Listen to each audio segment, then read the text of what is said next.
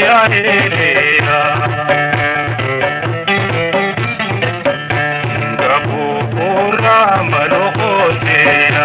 Natake dosuma ya helena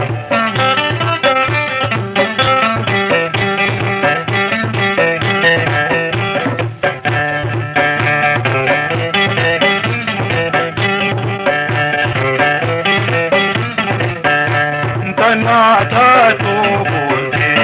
anatu bekata, hakken kabduma, tijale naftada, wallu habaksuda, wamfetante bala,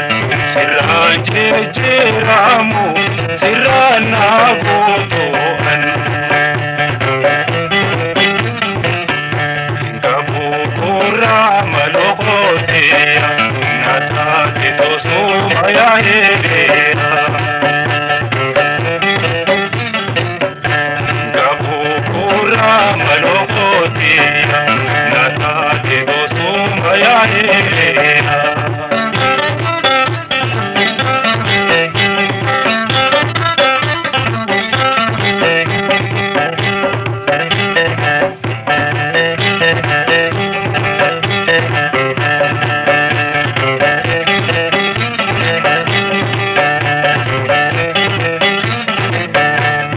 Ramu mangabo natate tejale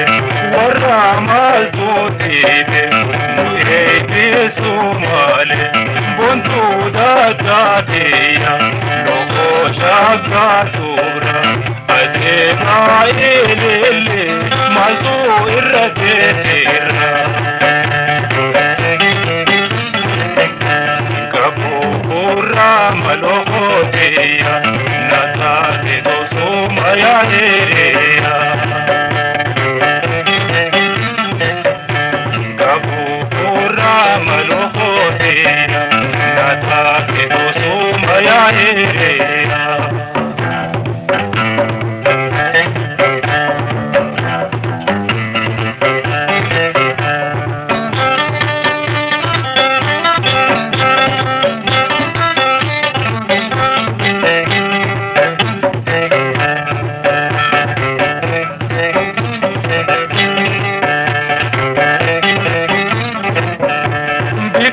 Pula dene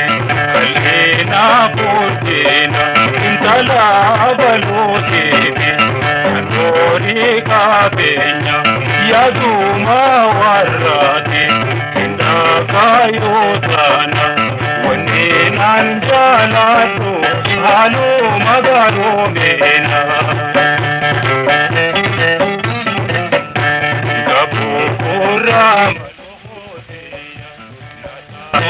ya helena Gapura malokotea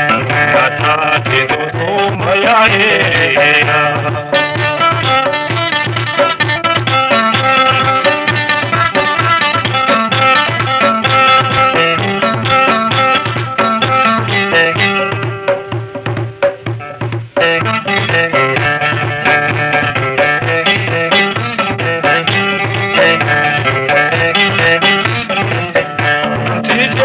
Jajipani, Kina Kena, Eko Bira Kene, Ache Chana Kaman, Tete Dipakate, Eko Leye Mami, Shadro Anantatu, Suma Malena